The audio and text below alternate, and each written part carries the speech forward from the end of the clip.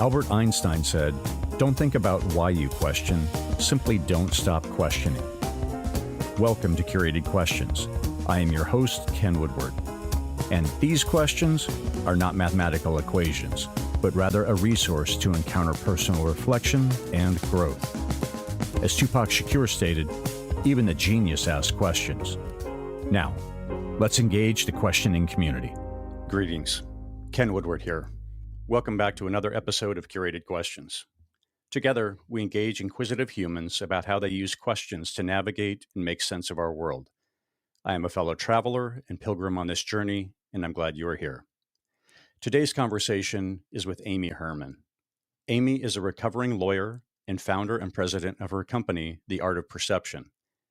Amy combines her litigation background with her training as an art historian to help a diverse clientele sharpen observation, analysis, and communication skills through a four-step framework of assess, analyze, articulate, and act. The roots of this work began while she was serving as the head of education at the Frick Collection in New York City. She took medical students out of their clinical setting and brought them to an art museum to teach them how to analyze works of art, so that when they returned to the hospital in the clinical setting, they would be better observers of their patients. Global demands of her insights span multiple sectors, which include education, financial services, intelligence, law enforcement, military, medicine, healthcare, government, law, and not-for-profit. Her most recent book, Fixed: How to Perfect the Fine Art of Problem Solving, was published in 2021. I discovered Amy through her best-selling work, Visual Intelligence: Sharpen Your Perception, Change Your Life. I found her prolific use of questions inspiring. Amy, welcome to Curated Questions. Thank you. Thank you so much for having me. It is good to have you here. And like I say, I was very inspired by your use of questions throughout your work, and I'm definitely looking forward to the opportunity to be able to connect and have this conversation. A question that I most often open with is, when did you first understand the power of questions? It goes back a long way, actually. And I'm just going to add to your lovely introduction for 1 second. My work, Visual Intelligence, the book that was published in 2016, during the pandemic, I had so many inquiries from parents about what can I do with my kids at home? Do you have any art exercises that I could do with my kids? So I adapted Visual Intelligence for an audience of 9 to 14-year-olds in a new book called Smart: Use Your Eyes to Boost Your Brain. And this is my long way of answering your question. That book is dedicated to my 6th grade teacher, Helen McKenzie, who passed away probably about a year and a half ago. But she really instilled in her students how powerful it was to ask questions. And the way that she did that was every Monday she would come in and she would say, take out a piece of paper and a pencil. And she would give us this quiz. And she would give us 5 words that we've never heard of. They were multiple syllables, just long words. And we had to attempt to spell them. And then she would put the correct spellings on the board. And then we had to use each of those words in a sentence by the end of the week.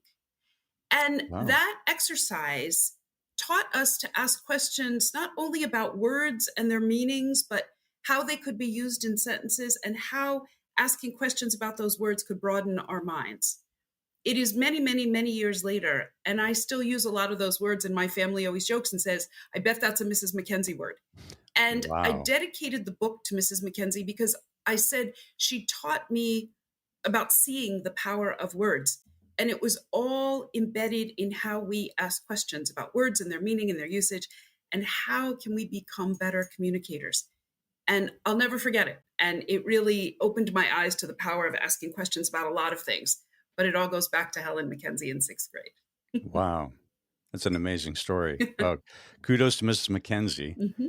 And no doubt that was something that she carried throughout her teaching career, is my assumption, because if it was that impactful, then no doubt there's thousands of kids out there, adults at this point, that are implementing. And I think that the ripple effect was exponential because she taught for so many years. She knew about the power of words.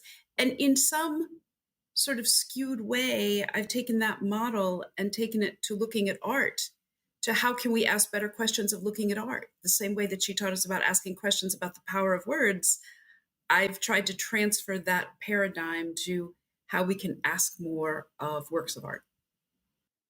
In the intro, I mentioned recovering lawyers. In your training as a art historian, are questions an equal part of a foundation of understanding process-wise? Is that similar? Absolutely.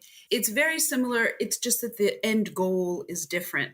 When you're a lawyer, you're asking questions to elicit information to build your case. You want to make the strongest case possible for your Yeah. client. Mm-hmm. You want to gather information. You want to package the information in a persuasive way so that you can persuade the court or your opponent to see things your way. In art, you don't have that same end goal. It's more about asking questions still to elicit information, but to broaden your knowledge and to broaden the ability to apply what you see to your own life. So the end goal is much more rhetorical, I think, in art history than it is in the law. In the law, it's a very linear process. Here's the case, here are the facts, here's what you're getting paid to do as a lawyer. But in art history, it's how can I ask the right questions to elicit information from this work of art to change how people look so they in turn can see better. The process is not nearly as linear, but it's still very, very rich in information. And I think the onus is on us to ask the right questions to get that information, because the painting isn't just going to spill it out for you. It's not going to say, here I am, this is how to use me. The power is in how are you asking questions. I can say that your book did have an impact on how I viewed art, being in the DC area and getting a chance to go to some of the different museums around here, where historically going to a museum meant covering as many square feet as possible. And after reading your work, it became, no, maybe if I just spend 20 minutes looking at a piece of art, Mhm. there's going to be greater value that I actually walk away with at the end of the day. Absolutely. And that definitely transformed how I experienced art.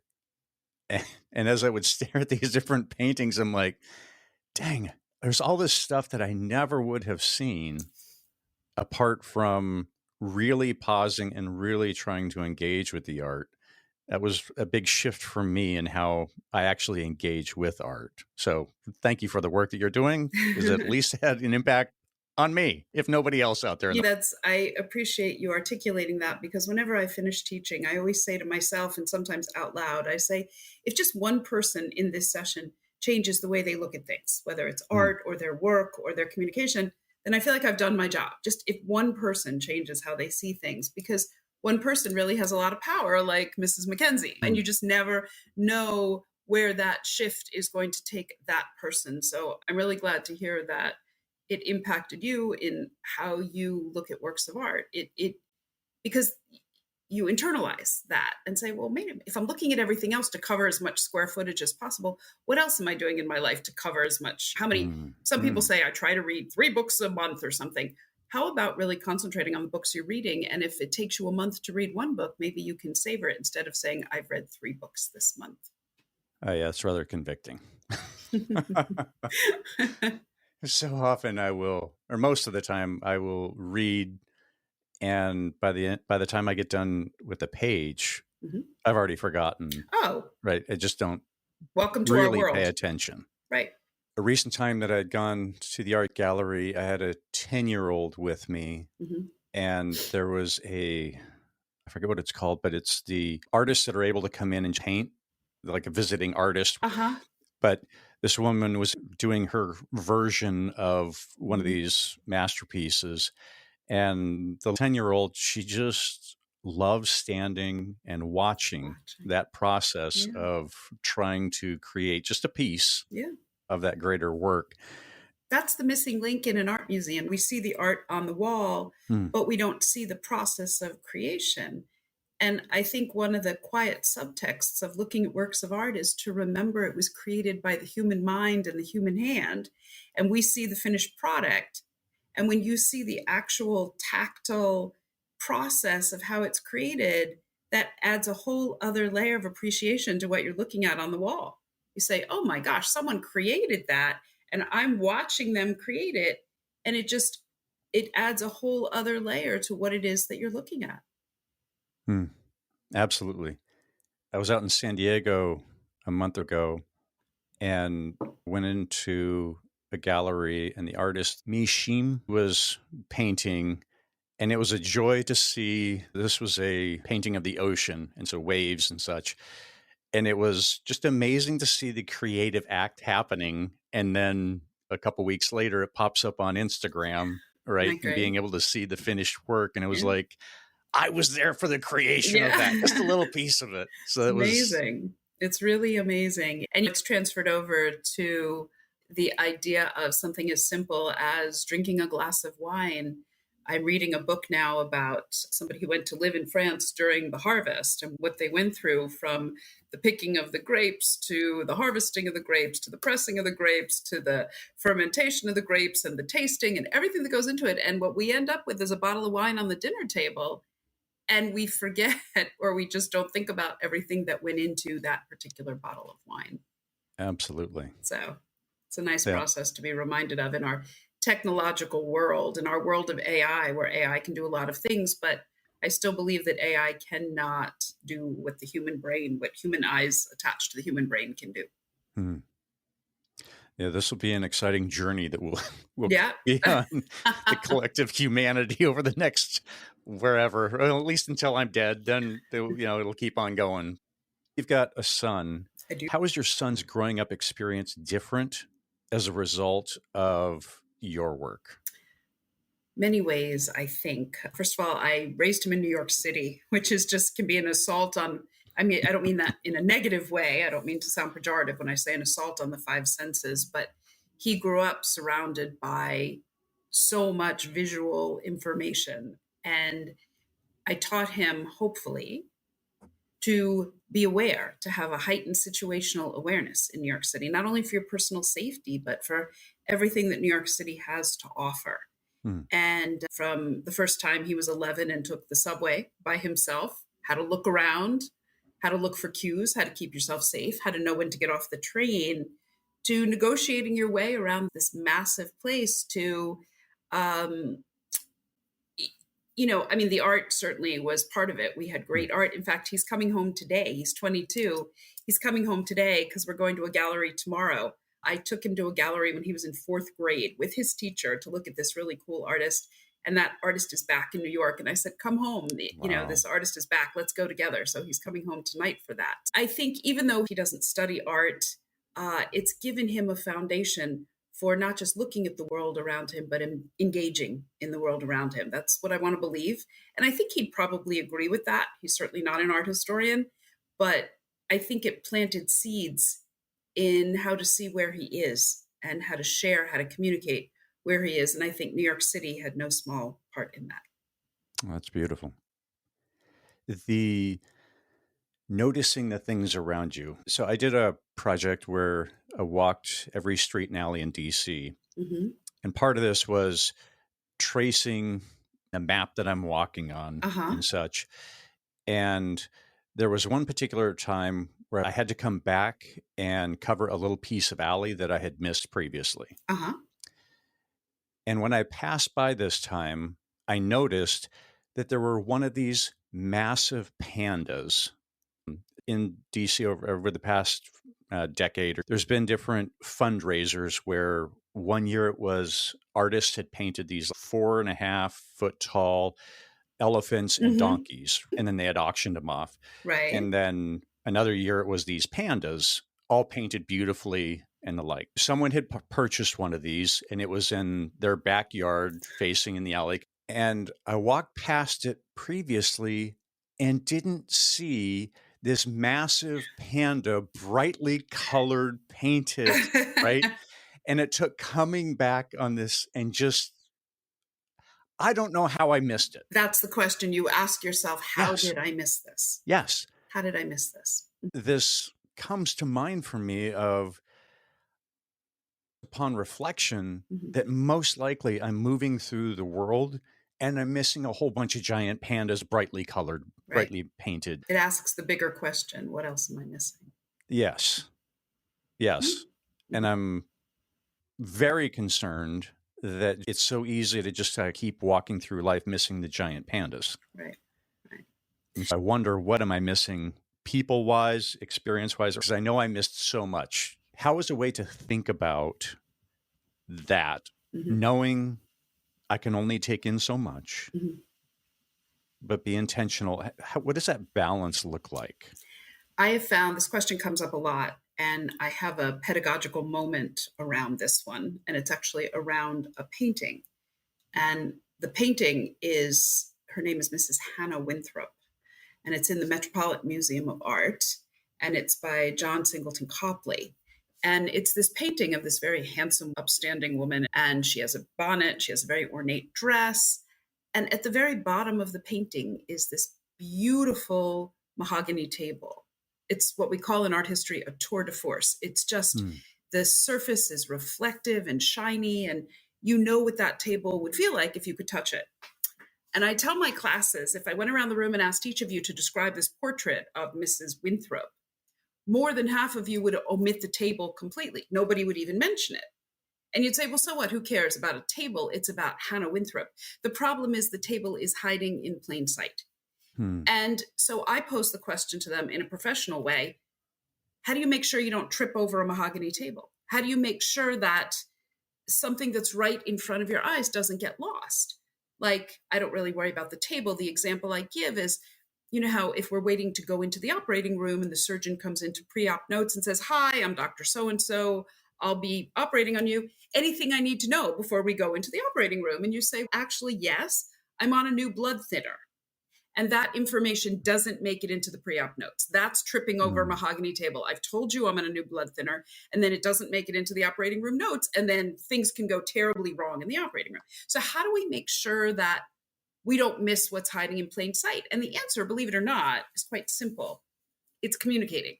It's talking to other people, saying, here's my situation right now. It's complicated. It's messy.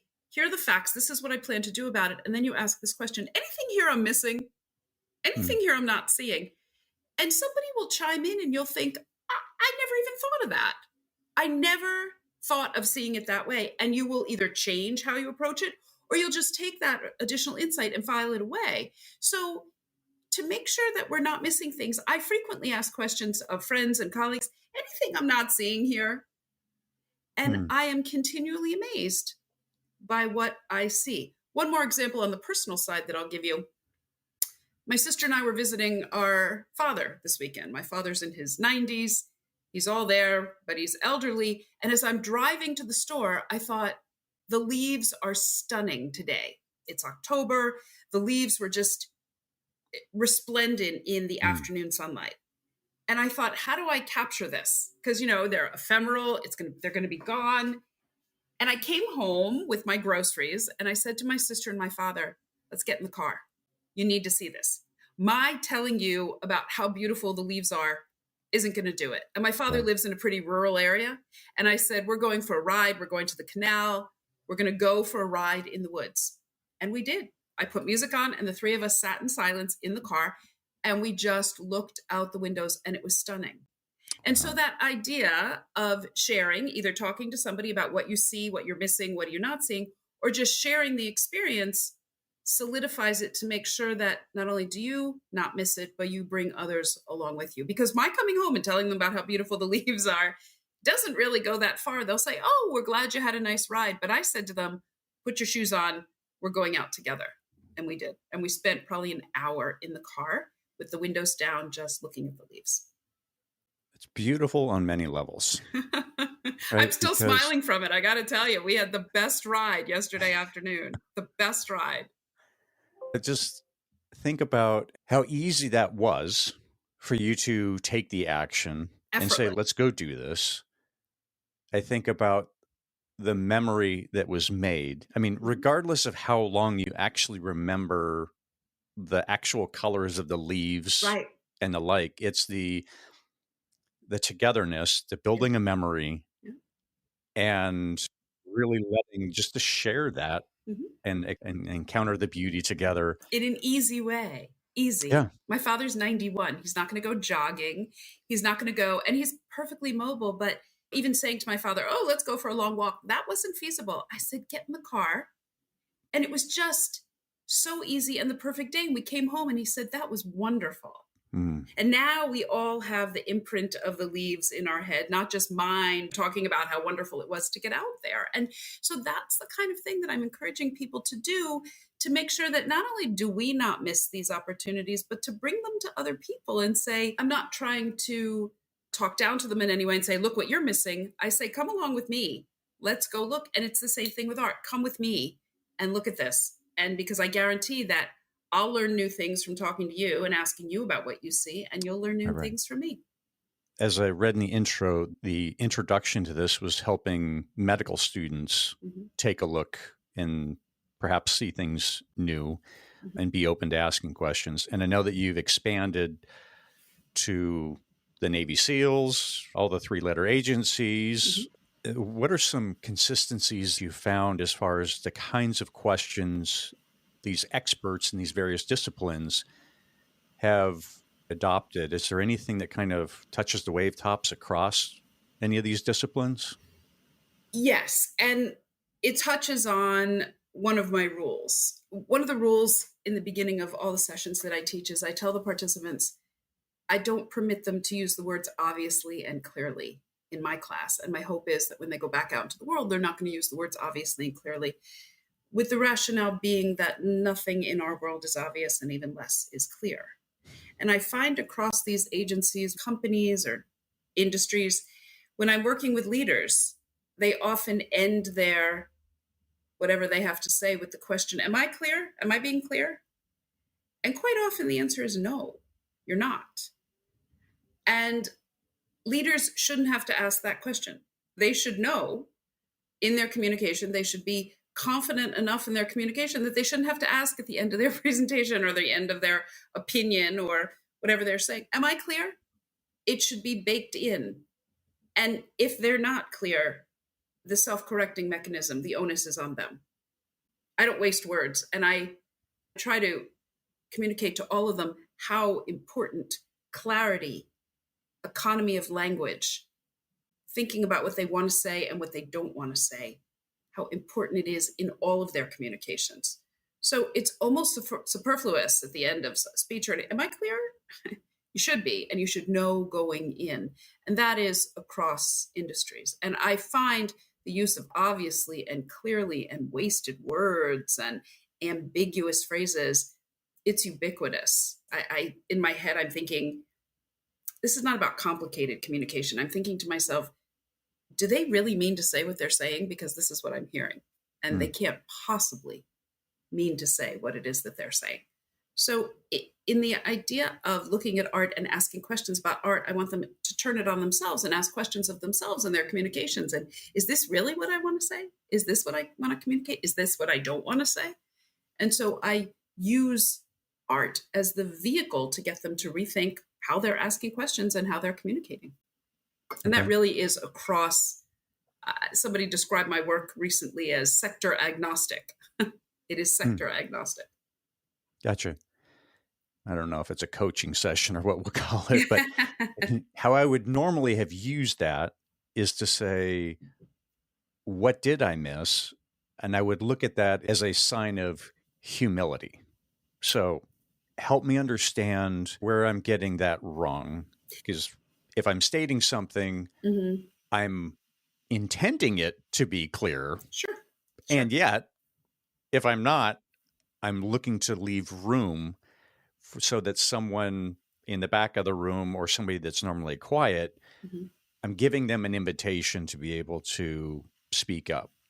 Yeah, I think striking that balance of humility comes in the form of understanding that nobody sees everything. Nobody catches everything. And I go into every situation and I teach the leaders that I work with to say, you need to go into every situation understanding that you're going to miss something, that things hide in plain sight, and that we see certain things and our colleagues see certain things, which I say, let's be selfish. Let's understand the power of multiple perspectives, that multiple perspectives make for better insights and better decision making. And so that no one person sees anything. And when I go into a situation, I say, you know what, I practice this for a living. I look at lots of things all the time, but I know that I'm missing a lot.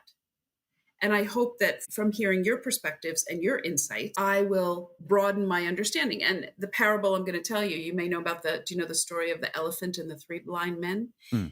The three blind men bring an elephant into the community. They've never experienced an elephant. And one feels the trunk, and one feels the backside and the tail, and one feels the legs. And when the elephant goes away, the three men sit down to talk about their experience with the elephant. And they almost come to blows because each person thinks the other one is lying because their experience was so different. Right. They all experience different parts of the elephant. And what I take away from that is there's no absolute truth in your experience. You have your experience, but you understand that other people have vastly different experiences, and theirs are no less valid or correct than yours. And that I actually benefit from understanding more of the elephant when I listen to what you experienced in conjunction with what I experienced. So that parable is to remind us there's no absolute truth in the way we see anything, understand anything, perceive of anything, and that it's our responsibility to ask other people questions about their experience to broaden our own understanding. Does that make sense? It does. And I think you brought some good clarity on how we define truth. Mm-hmm. So often we'll say, well, this is truth. I know this to be true. Right. 2 + 2 is 4. Okay, got it. But when we are talking about truth, to your point, if we are the blind men, Mm-hmm. then we have engaged with a reality. Mm-hmm. And so to be able to ask questions and perhaps expand our understanding of that truth, in the end, we may find out, a whole elephant has all these disparate parts that feel and look far different. As I think about a common refrain today is my truth. Mm-hmm. Okay. So I would say that there's a space for that is recognizing the experiential part of the lived experience. Mm-hmm. And that's what is true. Mm-hmm. But I think also recognizing the line between objective experience and subjective experience. 2 + 2 is 4 in my world. It's also true in your world. And I can say that with certainty. 2 + 2 is 4 in our shared world. And it's really not up for debate what 2 + 2 is. But the reason I've resorted to art is because rarely is the world so clean cut as 2 + 2 = 4. Most situations do not lend themselves to that kind of hard truth, right? Right. Our feelings, our perceptions, how we make decisions, they don't fall into that four-cornered square 2 + 2. The reason art is a successful vehicle to think about the other truths in our lives is because we can all look at the same work of art and talk freely about what our observations and perceptions are, see how they differ so vastly, and nobody's threatened because nobody's right and nobody's wrong. Mm-hmm. And art gives us a vehicle. Look, all art is fiction, right? It's all created by somebody. It's not a documentary film. It's a work of art. And it sort of illustrates the gamut of how differently we can see things. And here's an example that I'm going to give you. Years and years ago, when I was still working at the Frick Collection and teaching students, you had to be 10 years old to come to the Frick Collection. So I had a group of 10-year-olds standing in front of Rembrandt's portrait of Nicholas Rutz, 1631, this crystal clear, ice-cold portrait of this man in a fur and his beard. And as I had these 10-year-olds in front of the painting, the chief curator walks in. Now, the chief curator, dear friend of mine who has since passed away, did not love the idea of 10-year-olds coming into the Frick Collection to critique Rembrandt, but so be it. And we were talking about what we see in the portrait of Nicholas Rutz. And this little girl raised her hand, and I was explaining to them that the beard, he turned the brush upside down and he carved, he incised lines with the brush. That's what gave it texture. And she said, I think I see pink in that beard. I said, well, he did use a lot of different colors to create depth in the beard and to make it look realistic. And I saw the chief curator just, watching. That afternoon, Dr. Munhall called me to his office. And I said, hi, I saw you were with us this morning. And you know what he said to me? There is no pink in that beard. That's what he said. He said, there is no pink in the beard of Nicholas Rutz. And I said to him, you know what, Edgar? it's not for me to tell a child what she sees in a painting. I said, if her eyes see pink and mine see brown, I cannot tell her what her eyes see. There's no great harm in her saying out loud, I'd rather her think that she sees pink in a beard than shut her down and never be inspired enough to talk freely about what she sees in a work of art. And he was open-minded enough to agree to disagree with me. He agreed to disagree with me and say, you know what? You can say there's no pink in Rembrandt's beard, and I'm okay with that. But if that little girl sees pink, there's no harm to the world. I can't tell her what to see. And I don't want her to think that she can tell other people what to see. So that's how art is integrated into how we see truth, how we can talk about what there is no absolute truth in how I see the beard. And there's certainly no absolute truth in how that little girl, who's probably now 25 or 26, sees the beard. But that's where art gives us this common ground to talk about what we see and talk about the different truths in our vision. That was a long answer to your question. And I appreciate it. I'm learning on all fronts here. So, in the world of truth, let's see. I don't know if you're aware or not, but there seems to be a little bit of disagreement in America right now. Just a little bit of divisiveness. Just a little bit. Mm-hmm. So, tiniest bit. Let's use this as an opportunity to dive over here. I had heard you say, when engaging with those you disagree with, you've encouraged people to, quote, default to your humanity. Can you say some more about this? Sure. I can tell you where the phrase came from. My son, I've been running around doing this for a long time, and we had a beloved babysitter who helped raise my son from the time he was 3 months old until he was almost 14. And Ian's babysitter, Monica, believed in fresh air for children.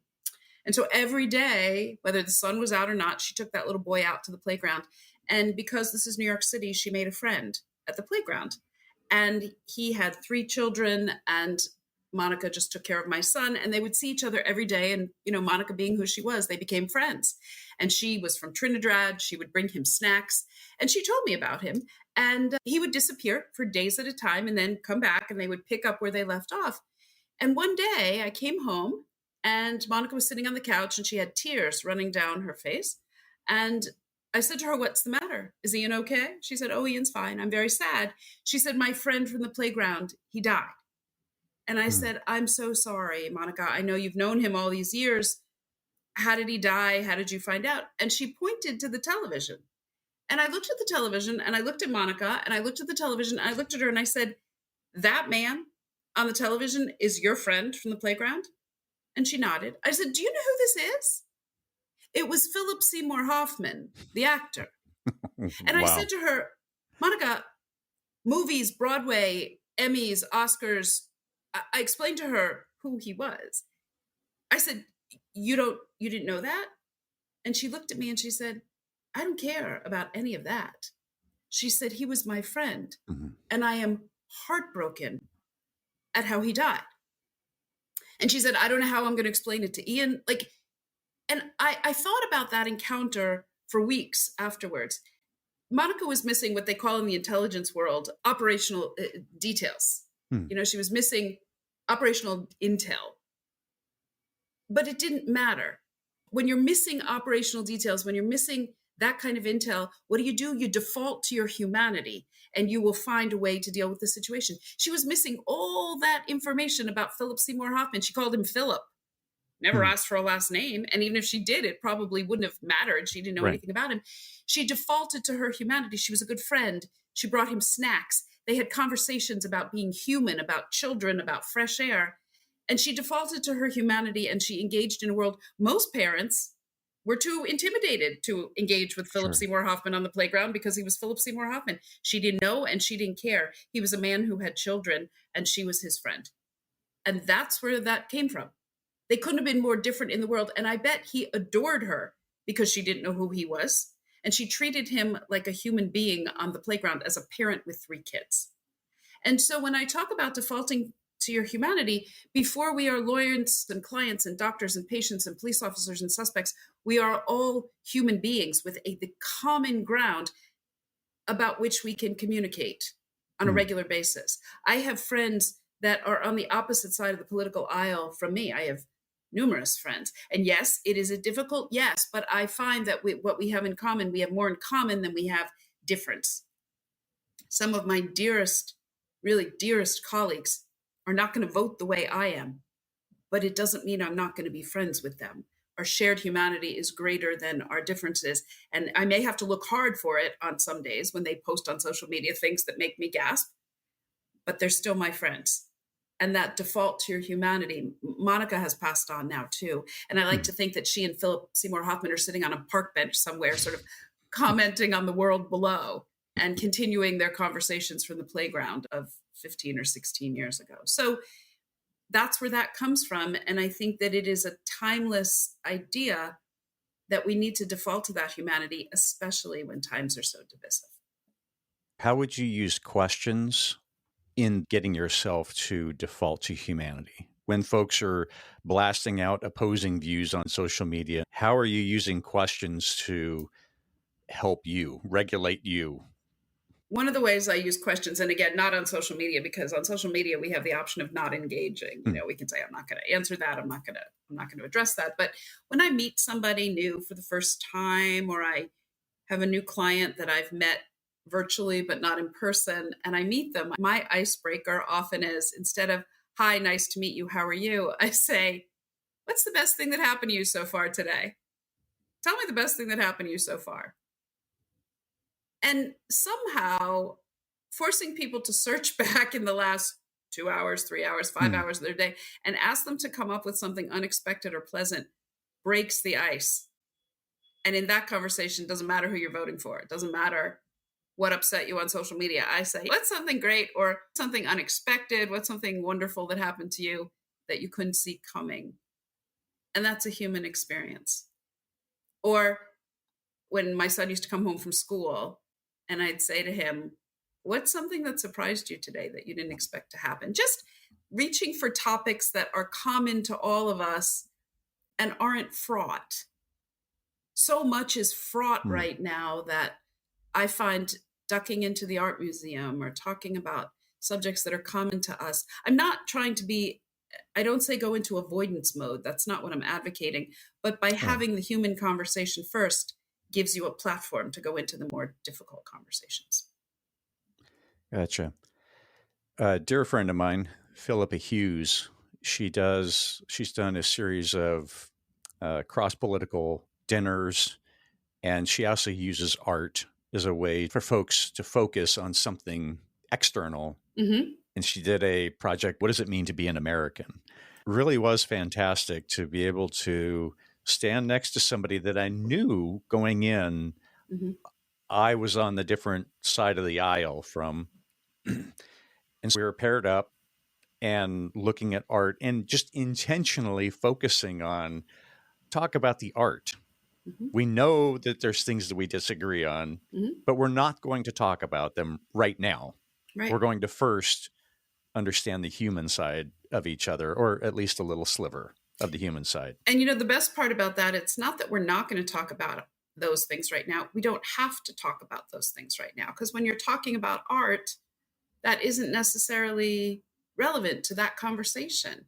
And those divisions don't have to permeate every single conversation. They don't have to imbue our entire existence with our differences. I'm really lucky. I get to duck out of that all the time, having conversations with art. I walk up to strangers. I was at the Hirshhorn this week looking at their Revolutions exhibition, and I didn't think twice about walking up to strangers who were standing in front of a work of art. And I'm thinking, I'd say to them, what do you think of this? What do you see here? I see you're laughing about it. What is it about it? And I don't know who they were. And if they didn't want to talk about it, they would say that. But most people really want to engage. And there we were in Washington, D.C., in the midst of this maelstrom. And here we were looking at art together. It doesn't matter what our opinions are about the other issues. Art, I really believe, lucky for me and how much I love it, gives us a common ground, kind of the way the leaves did. Let's go look at the leaves.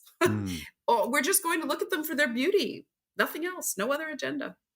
I appreciate your example of engaging other people at the galleries. Whereas I think back, most of the time, I am in my own little bubble and there's 1,000 people around and it is just me and the art. That's okay too. Sure.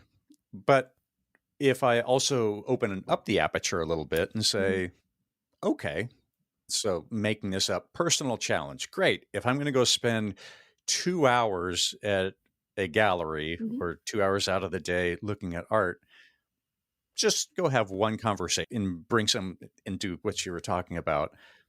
And I think back to a time, it was actually at the Hirshhorn that I had a conversation with another guy about the art because we're at the same pace and kept bumping in, or we're near each other often. So we had a great conversation, and we actually ended up in each other's pictures on social media. That's just awesome. kind of on the periphery. So this would be a kind of a personal challenge for me, that next time I'm out, just to be intentional about it and let it be less of an accident. One of the ways that it can happen that's just built in, and again, this is years and years of museum going for me.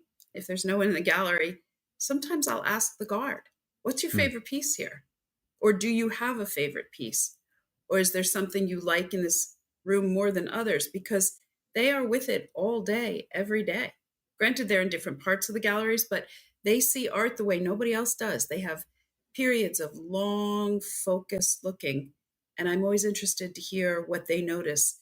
And so if you don't want to engage with visitors, sometimes a guard is a wonderful person to talk to about the art because they are as present as anybody else in the room. And I'm thinking that because they're there and watching all these folks engage with it, that they've probably got some amazing stories. The little girl seeing pink in the beard that nobody else saw. Right. That's probably really had an opportunity to stick with them. Yep. And also for them to observe and overhear other people's observations, they learn a lot. They learn a lot about the art. They learn about what people are looking at. And I love talking to the guards about what they see and what they notice. And again, it broadens my own lens because it comes down to asking questions. What do you like here? What do you see here? What's your favorite piece? And it opens up a whole conversation. Again, not threatening, because I'm asking them what they see, what they like. I'm not quizzing them on what year Vermeer was born and how many paintings he painted. I'm asking them about what they see. Wonderful. I also appreciate the fact that engaging the guards, while part of their job is to not be seen, but their presence to protect, but just as people, they're so often overlooked. You use the key word. I didn't get to it fast enough. They are seen. It's so easy to overlook the guards because they're part of the gallery, but they have eyes and ears and perceptions, and just showing them that they're seen and that you want to hear what they have to say. And I want to hear what they have to say selfishly. I want to know more about the art. What strikes them? Something very different. Or I was once in a gallery in Chicago, and I can't remember the artist. It did not make an impression on me. And the guard said, she said, this is child's play. You want to see real art? Go upstairs and see Faith Ringgold upstairs. She said, that's art. And you know what? I wasn't even planning to go upstairs to see the Faith Ringgold because I came to see the exhibition downstairs. Wow. And she was right. She sent me upstairs. She said, that's art. This is child's play, she said. So yeah, we all have a lot to learn. We're in Savannah going through this one particular gallery. So the docent was there and another guest that she was in her 90s from the Netherlands. And much of the works that we were looking at were actually painted there. Having her perspective, looking at these pictures where she had memories, and the ones in particular were of poor children. She had memories of her father eating tulip bulbs, right, during the famines and things that were going on. So I'm even getting chills thinking about it now. I appreciated the docent being able to tell us the professional details, if you will, of the work. But having this woman talk from that personal experience, living and seeing those fields, was just remarkable. I really, really wanted to just loop back and have like a 2-hour conversation with this 90-plus-year-old woman that had all of this experience and had seen these things. It's not dissimilar to seeing the artist paint in the gallery. It's another connection to the work of art, not just seeing the finished product on the wall, but understanding that it resonates with different people in different ways. Some people see it as purely line, form, color, paint, primer, canvas, and stretching. And other people say, I was right there. I lived that. I saw that. And it's one more connection to the art. I always say that art is the greatest chronicler of our time. I show a photograph from 2023 and a painting from 1655, and there's like not a minute between them. And so any of these connections that we can make, whether it's looking at the art, talking to somebody who lived during the period it was made, or talking to somebody who paints, it strengthens our connection to the art. And I think in our world of phones and digital technology, anything that makes those connections stronger is worth pursuing. Absolutely. What is your process for coming up with your questions as you look at a piece of art? I'll give you an example that just happened this week when I was at the Hirshhorn. They have this exhibition of their permanent collection. And when you enter the exhibition, there are 2 large paintings of women, and they're on their own wall, and they're just stunning. They stop you in your tracks. And I'm looking at these 2 pictures. And the first one, my first question was, wow, who thought to put these 2 together? One is by John Singer Sargent, 19th and 20th century white, born in Italy, American painter. And the other one is a Ghanaian artist named, I hope I'm pronouncing this right, Amoko Bofo. And the 2 paintings were this woman from 1884, Mrs. Kate Moore, a very sort of stereotypical, archetypal Sargent painting, and the other one was called Cobalt Blue Dress. And it was this striking portrait of a Black woman wearing this unbelievable blue dress. And it was these 2 paintings side by side. And they just stopped you in your tracks. And I had a million questions to ask. Who put these together? What does the artist look like? How did they come up with the 2 of these? What were the curators thinking? And how does that lay the groundwork for how we're going to see the rest of this exhibition? When I'm looking at art, I'm not just looking at the object itself. I'm thinking about who made it, under what circumstances. Do they know that it's being exhibited here? How do I see it? How do other people see it? There are just questions upon questions upon questions. And it's very analogous to the world, because one of the things I'm teaching is situational awareness. Situational awareness is, where am I? How did I get here? How do I get out of here safely? And most importantly, how do I communicate to others where I am? And art gives us the opportunity to say, well, where am I in this painting? Did the artist include me in the painting? Am I shut out of the painting? Do I identify with the subject? Do I not identify with the subject? And you can create a whole world around a work of art, not only by asking questions, but before reading the label, which I think is key. Because the label tells you what to look for. The label might answer your questions. And I think it's important to form the questions before you read the label. The label creates a bias. If the label tells me what to look for, I'm going to look for it. And I'd rather rely on my own mind and my own sense of critical inquiry to ask questions about a work of art, because that's going to transfer over to my world. Who is this person? Am I safe here? Can I communicate with this person? Can I get out of this situation safely? Those questions that I ask of a work of art have direct applicability to our own situational awareness. Many of the questions that you asked, I would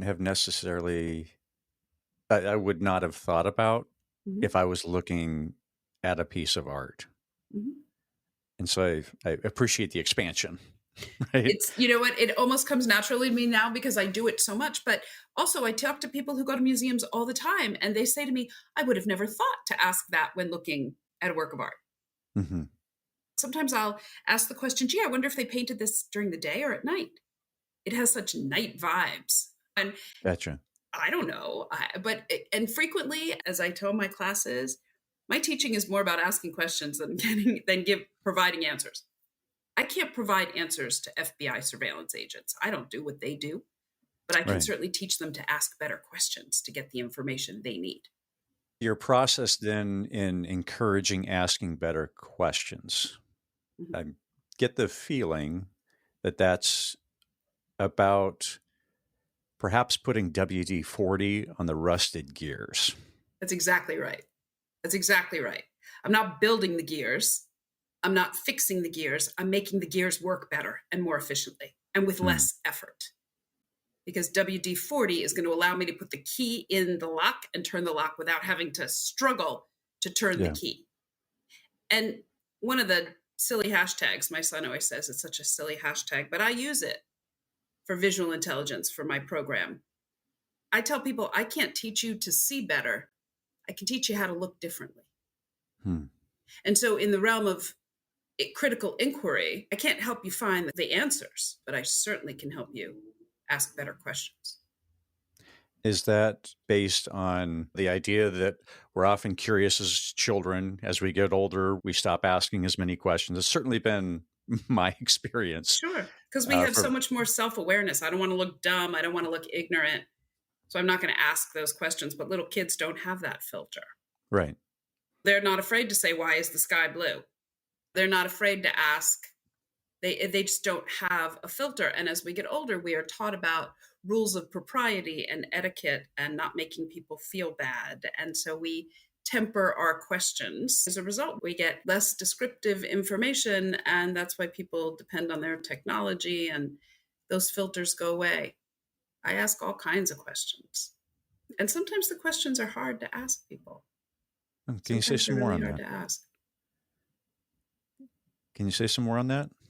We have to get better at asking hard questions and having difficult conversations because it's too easy. Here's my analogy. It's too easy for people to say, well, I don't want to talk about that. You know, you're in my space and I don't want to talk about that. I fly a lot. And so when I get to the gate, I sit down. 99.9% of the people sitting at the gate are on their phones. And 20 years ago, we would talk to people in the gate. We would buy magazines. We would have conversations. We would bring our books. But our technology, and again, I'm not a Luddite. I need my technology just like everybody else, but it gives us this escape mechanism. Most people could be playing video games for all I know, but it gives us an escape mechanism. And so we lose those skills of engaging and asking hard questions and having difficult conversations. And life demands, the world we're living in demands difficult conversations. It does. I'm doing a session next week for the National Funeral Directors Association. These are people, as they call it, are in the death space. They deal with death all the time at every level. Usually it's after people die, but sometimes it's before people die.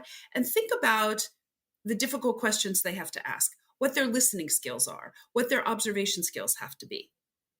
Because people don't want to talk about death. People don't want to talk about funerals, but they have to.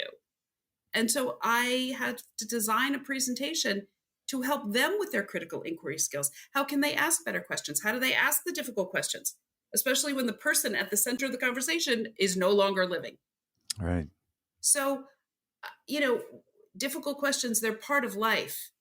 And I think that our technology has given us this easy out to not have to have difficult conversations. One more example, again, at the gate in the airport. When I got to the gate, I noticed that everybody was on their phone except one guy. He was just sitting there and he was not on a phone. And I thought to myself, gee, why isn't he on a phone? And then I looked and I couldn't see his hands. And I thought, okay, something is definitely amiss. He had a person on either side of him. And when the person next to him lifted up a McDonald's soda and put it to the man's mouth, I realized the man was in handcuffs. He was a felon and he was being transported by federal marshals. He was a prisoner in transit. And nobody in the gate, I looked around, nobody noticed. And, when they make the boarding call and they say, anybody need extra time to board? This guy got up with his two marshals. And not only was he in handcuffs, he was in shackles on his feet. And I watched him be escorted onto the plane. And if you interviewed anybody in my gate and said, did you just see what happened? Did you see that there's a prisoner? There's somebody getting on the plane who's being transported. They didn't notice. Did it make a difference in their lives? No, not really. But I certainly want to know. I thought it was fascinating and nobody noticed because it was too easy not to look. It was just too easy to get on your phone. I don't care who's getting on the plane. I'm not going to look. I just want to get to where I'm going. And our technology gives us an easy out. And art does not give us that out. When I'm teaching my class, you don't need your phone for anything. It's about your eyes, your brain, and your ability to communicate with your colleagues and with me. And at the end of the session, I say to my participants, when was the last time you spent so much time focused on something that wasn't a screen, that didn't involve a screen? And they're amazed that they went 3 hours without looking at their screens.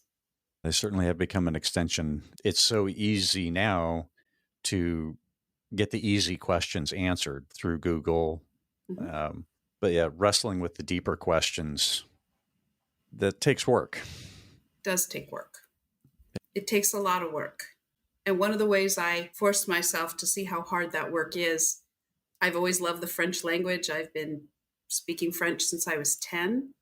And this summer I went to immersion school in the town of Sancerre, outside of Paris, far outside of Paris. I took the train and I moved there for 2 weeks to not speak English for 2 weeks and spend 3 hours a day in class. Wow. And it was so mind-blowing and so wonderful that I signed up again to do it next year, because not only did it involve a kind of neuroplasticity, I can't be funny or witty in French the way I can be in English. I just don't have that ability. I can communicate, I can have good conversations, but I don't have the command of the language. But it forces me to ask questions all the time about things that I don't know. And it's really humbling.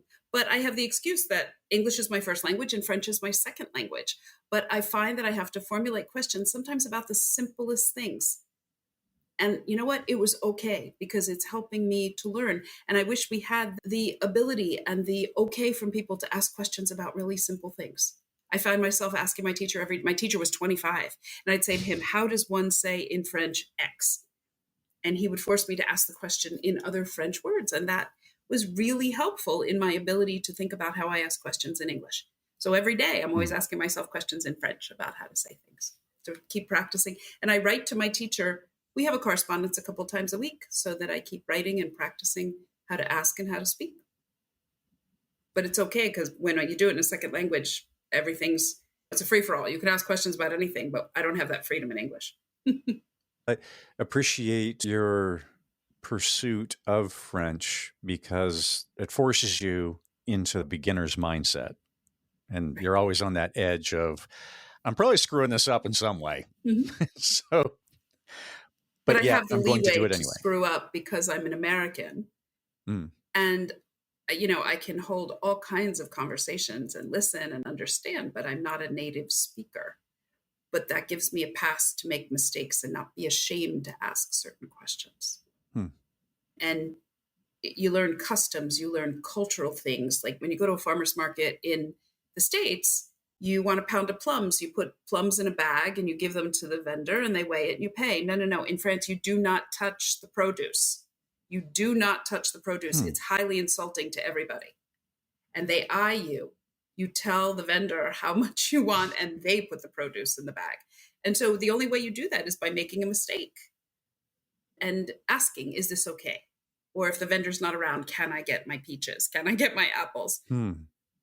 We just take certain things for granted here. And in another culture, another language, you have to ask questions to be able to survive and not have people laugh at you. Are there any particular questions that you carry with you and just revisit on a regular basis, whether that's over the years or more frequently? One of them that comes up repeatedly, mostly in a good way, sometimes not in a good way, is I ask myself out loud, how did I get here? And it's often an existential question, but sometimes it's a logistical question.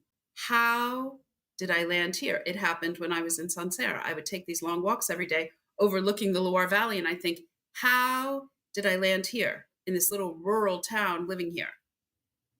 And sometimes I will be in a bad situation, a personal bad situation, and I have to retrace my steps and say, how did I get here? How did I get here? And as I said, it's probably 50-50 existential, logistical. How did I get here? But it's a wonderful question to revisit because it gives me some naked truths about myself and about my career and my choices. And it's a question I love to ask. And usually it's joyous. Like I'm in a situation, I think, oh my God, how did I get here? But it's not always. And I think it's an important question we have to ask ourselves, of our relationships, of our work, and our lives. And sometimes we don't want the answers, but we're forced to give them. I can only imagine in the days to come and years to come, when you reflect on that question and you reflect specifically on that time when you were walking there in France, surrounded by all that you were seeing. In that case, I'm assuming just a flood of good emotions is going to hit and just be a great encouragement. It was, but the one sad part about it is, how did it take me so long? How did it take me to get to this point in my life to get here? But then that was, overthrown by be grateful that you're here. But back to our earlier conversation, I've looked at our country and asked, how did we get here? How did we get here? Because when I was growing up and in my teenage years, our country was not where it is now. And it begs the question, bold, underscored, and italicized, what got us here? And how do we get out of this? Because we're in a really bad place. And so I think asking that question, it's not always joyous. It certainly was in Sancerre. It certainly was. How did I get here? With a tiny bit of lament, like, why did it take me till the 5th decade of my life to get here? But, but I think we have to ask that question writ large sometimes. Yeah, at the greater country level, the world level, those are just hard questions. And how do we get to the other side and survive? Or more importantly, how do we get to the other side and thrive? I think sometimes those hard questions, the quiet subtext of the hard questions is a call to action. I think with a lot of the people that I work with, frequently I'm called in when there's been some difficult situation, or there's been a traumatic incident, or there's been a suicide, or a unarmed shooting, or many different things. And so that question of how did we get here has that implicit question just underneath it as a quiet subtext is, what is the call to action to change how we got here?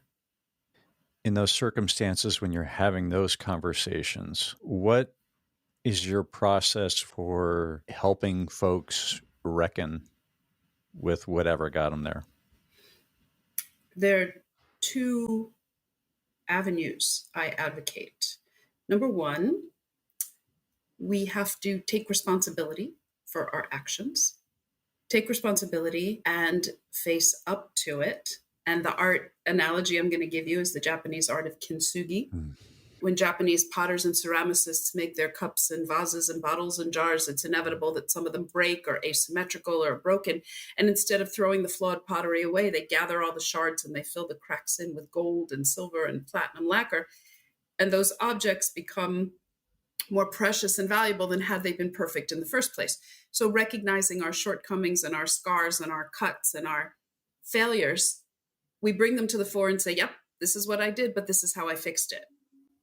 That's number 1, is taking responsibility for our actions. But number 2 is putting one foot in front of the other. Yes, we have to look to the past. But my example is when something terrible happens in a police department, if there's an unarmed shooting, or there's been some terrible video footage that's been unearthed about some terrible event, all those people have to report to work the next day. They can't put their head under the sidewalk. So it's about, how do we put one foot in front of the other without relinquishing our responsibility, without saying, oh, no, I didn't do that. Yep, I did that. It was terrible. I'm going to take responsibility. I'm going to try to make it better. And I have to keep moving forward. And those are the 2 avenues. And I use works of art to illustrate how we do that. I show people about kintsugi. I did a session last week and I was explaining to the group, at the risk of TMI, I said, look, I'm a cancer survivor. 10 years, I'm a cancer survivor. 5 surgeries, 16 sessions of chemotherapy, radiation, the whole thing. And I am covered in cuts and scars and, just so much evidence. But that's my kintsugi. All those cuts and scars and surgeries I've had, they all make me who I am. I can never go back to where I was before being sick, but I carry all those scars forward. And that's what we all have to do, because there are things that are waiting for us. We have things that we have to do, lives to live, and we have to move forward with our own kintsugi. And a woman came up to me, tears in her eyes, and she said, I'm a 20-year cancer survivor, and you just gave me a new way to think of myself, because I've been thinking of myself as broken and ugly because of that. She said, you've now given me a new lens through which to see this. Who knew? I deeply appreciate kintsugi. How do we intentionally appreciate that? How do we look at ourselves as that piece of art? I think you hit the key word, intentional. But I think it has to be how we see ourselves, but also to make sure it's not how we define ourselves. I mean, being a cancer survivor is definitely part of who I am. The mistakes that I've made are part of who I am, but I don't let them define me. No one thing that's happened or no one thing that I've done defines everything of who I am and what I do. Personally and professionally, we've all made mistakes. We've all done things. Maybe we wish we had done them better, but I don't let it define me. I look for other things that comprise who I am, because like kintsugi, we're all those pieces of pottery put back together. None of us is a complete vase. None of us is a complete ceramic. We're all those different pieces put together and held together by gold. I have people come up to me in colleges and universities and they say, I want to do what you do. And I say, good luck. I said, I didn't arrive at this at the age of 25. It took me a long time to get here. A lot of wrong turns and experiences that I didn't love, but they make up who I am and why I'm able to do this today across professions in which I don't practice. I don't pretend to be a Navy SEAL or an FBI agent or a shock and trauma nurse. But I have skills that can help to do those, but remembering that they're all human beings, and that being a Navy SEAL or an FBI agent or a shock and trauma nurse doesn't define who they are. It's part of who they are. Much of what I desire to do through this work of asking questions is hopefully inspiring or giving folks the opportunity to see the beauty that is there, because we're most often focused on our failings, the shortcomings. That's what the world is quick to tell us. That's correct. Don't have a six-pack ab and $20 million in the bank, so therefore we're not good enough. So I really appreciate the reminder about kintsugi. It's a big one. And for people who have never heard of it, I've seen this revelation like, oh, we're all broken, but that doesn't render us irrelevant. It doesn't render us defective. Nobody looks at kintsugi pottery and calls it defective. How can questions be used to unlearn? Unlearning is hard. I think it's the root of so many biases that we have, known and unknown. But it goes back to my question of, how did I get here? What am I relying on for this behavior? Why do I do this? And I think unlearning, it's not just a self-reflective process. It involves other people. And I have to say, my son has been eye-opening for me, because I think I know myself well, but my son has given me insights into myself and my behavior that I never would have seen. And so I think we can unlearn behaviors by talking to people that know us well about what we think of ourselves, how we see ourselves, and how they see us. And just underscores this whole methodology of broadening our own lens to see ourselves. He once said to me, I don't always want to talk about your work. He said, everything you talk about is about work. And I said, no, that's not true at all. And then I started taking apart conversations we've had, and he conflates my travel. When I tell him I've been to India or Sancerre, he just all lumps it into my work. But I can't change how he sees these conversations. So I've really stepped back to unlearn how I talk about things with him. And I don't put it all in the context of my work. Or, oh, I had this great group in India. I'll start by saying, oh my gosh, I saw this amazing thing on the street here. But it never would have occurred to me to think that I filter everything through my work. But when he said that to me, it was quite revelatory. So I think unlearning behavior means stepping outside of ourselves and being brave enough to ask other people how they see us and how they perceive of us. Beautiful.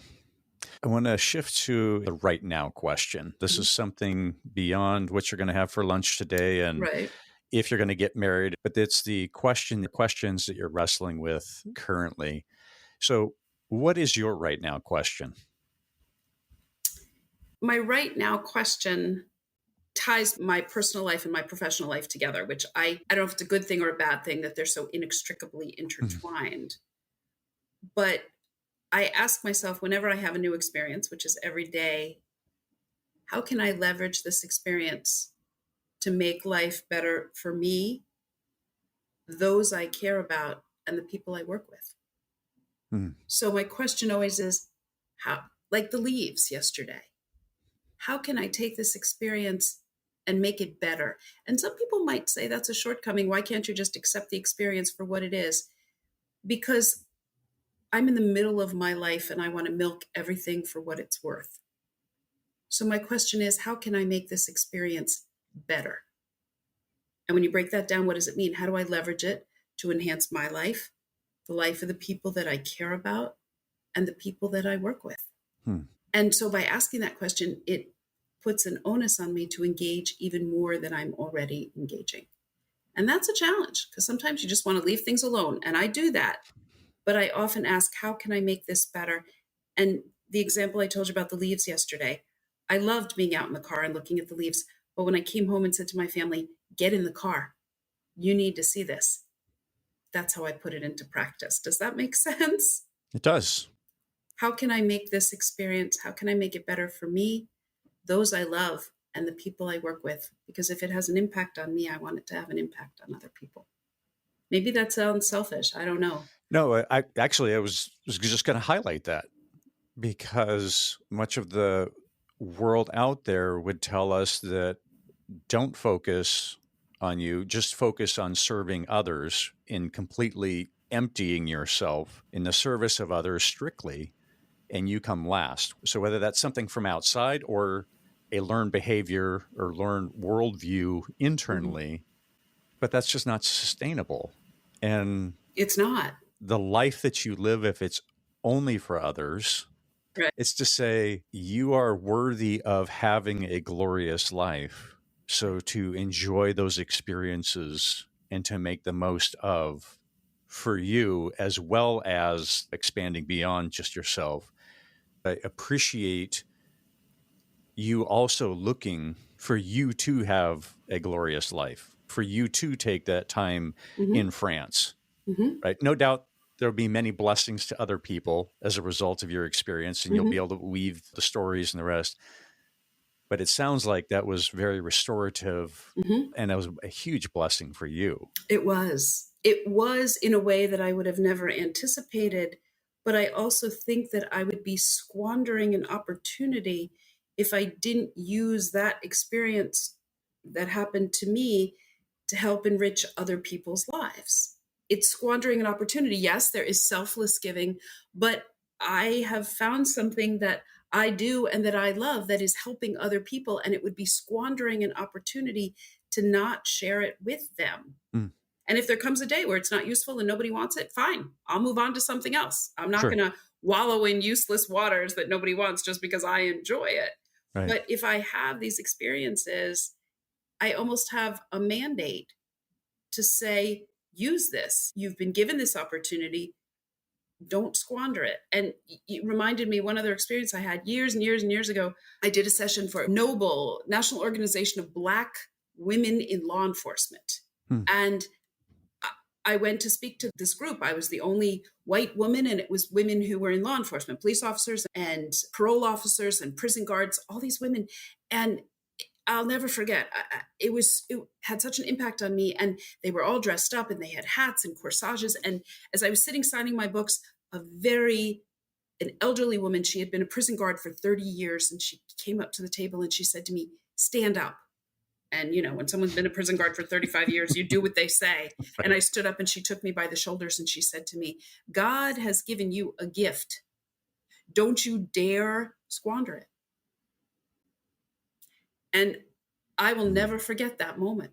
I will never, ever, because when would our worlds, this woman who was a prison guard for 35 years and my world, ever intersect? And not only did they intersect through my work, she gave me a mandate, and I've carried it with me all these years. Wow. I'll echo a shout out to Black women. Yeah. Had a remarkable impact on my life as well. Oh my gosh. Well, let's see. As we start towards wrapping things up here, do you have any other thoughts or encouragements about questions that we haven't explored? This has given me a really good opportunity to rethink questions, how we ask them, how we need to be intentional. And as I was thinking about the questions we were going to be talking about, and the simple question that people ask and how meaningless or deep it can be when someone says, "How are you?" Some people really are interested in the answer, and some people are just filling the air. And I want to be the former when I ask questions of people. I want to ask intentional questions, and I want to remember to listen for the answers, because so many people don't. It is beautiful. And yes, I also want to be the former. When I ask that question, it is intentional. And yeah, I'm looking for an answer. Absolutely. Yep. It's, again, the simple question in everyday vocabulary that I want to take more seriously. I want to be a better listener. And to your point about asking good questions, I also want to be here to listen to the answer. I thank you for inviting me today, because it's given me a lot to think about, because our days are full of questions and answers, and I want to be more thoughtful about them. So thank you for inviting me to do this. A joy to have you here. That is for sure. Thank you. So where's the best place for folks to engage with you, see what you're up to, follow what you're excited about? Where should they go to? My website is artfulperception.com, www.artfulperception.com. And I also, one of my joys is posting a work of art on Instagram. And on Instagram, I am at Amy Herman AOP. And all it is a work of art every day. I don't even caption it. I don't say the title. I don't say where it is. It's usually either where I am or what I'm thinking about. But I love posting a work of art every day and seeing the dialogue and just giving people something to look at every day. And those are the best places to find me. Excellent. Yes, I encourage the follow on Instagram, because I've been following you for a little while. And it's a mix of thoughts that go through my mind when I see what you post, because I'm like, I wonder if she's using this just because she likes it, or if this is going to show up in one of her presentations. And I'm sure it's a mix of all of that. But I'm like, okay, trying to look closer to appreciate whatever you put out there. So yes, shout out to, please give her a follow on Instagram. Thank you. Thank you very much. It's really been a pleasure talking to you. And I'm glad you're doing this podcast. It forces us all to think. Excellent. So Amy, yes, thank you for sharing your work and insights into deeply observing the world around us and celebrating taking a closer look. So thank you for being here. To all those on the other side of the speakers, I am grateful you are here. Amy covered a lot of ground. How to deeply appreciate art through effective questions, all the way to seeing ourselves and others as imperfect yet precious kintsugi. There is much to revisit. The show notes include links to the specific pieces of art and their artists, as well as other resources mentioned. Please put into action all you have learned here and be a light to yourself and those around you. Gratitude shout out to Beauty Pill for the show's music and producer Ben Ford for the technical help. This episode was recorded on Piscataway land. Please engage with the episode in some manner. Download, follow, save, like, share, or comment about something that resonated. This action ensures we are engaging the questioning community. Until next time, keep questioning.